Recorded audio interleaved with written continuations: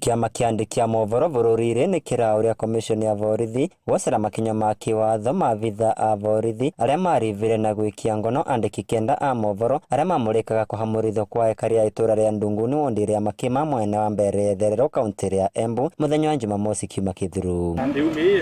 Gũkũ agĩkũma gĩko kĩu mwene gĩtĩ wa kĩama gĩkĩ bũrũri-inĩ Victor Bwire nĩ ugĩte nĩ ũndũ wa kĩeva kuona andĩki a mohoro makinyarirwo makĩruta wĩra wao ũrĩa rungu rwa gatiba marĩ na kĩvoto gĩa kũruta. Itabidi National Police Service Commission iweze kuidentify wale waandishi wale maafisa ambao walihusika ili waweze kueleza kwa nini wanazuia waandishi wa habari kufanya kazi, ama kama waliona waandishi walikosea ni kwa nini hawakufuata ile due process katika kuhandle ya maneno.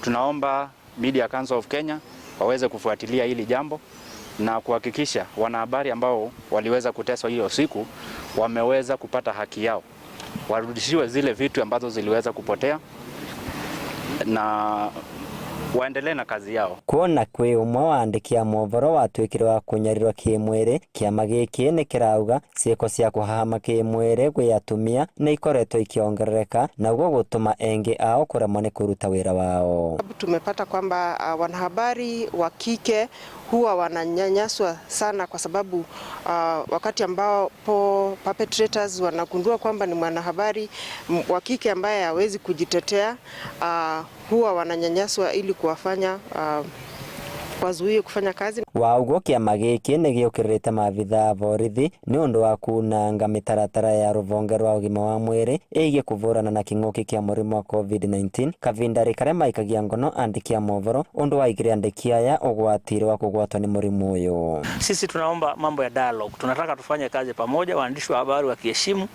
kazi ya polisi na polisi pia wakiheshimu kazi ya waandishi wa habari. Maana hii Kenya ni yetu sisi wote na wale ambao tunahudumia au wananchi ni wetu sisi wote. Vandore Vainoro TV kuma kaunti ya Embu. Beta kwa Peter Mongai.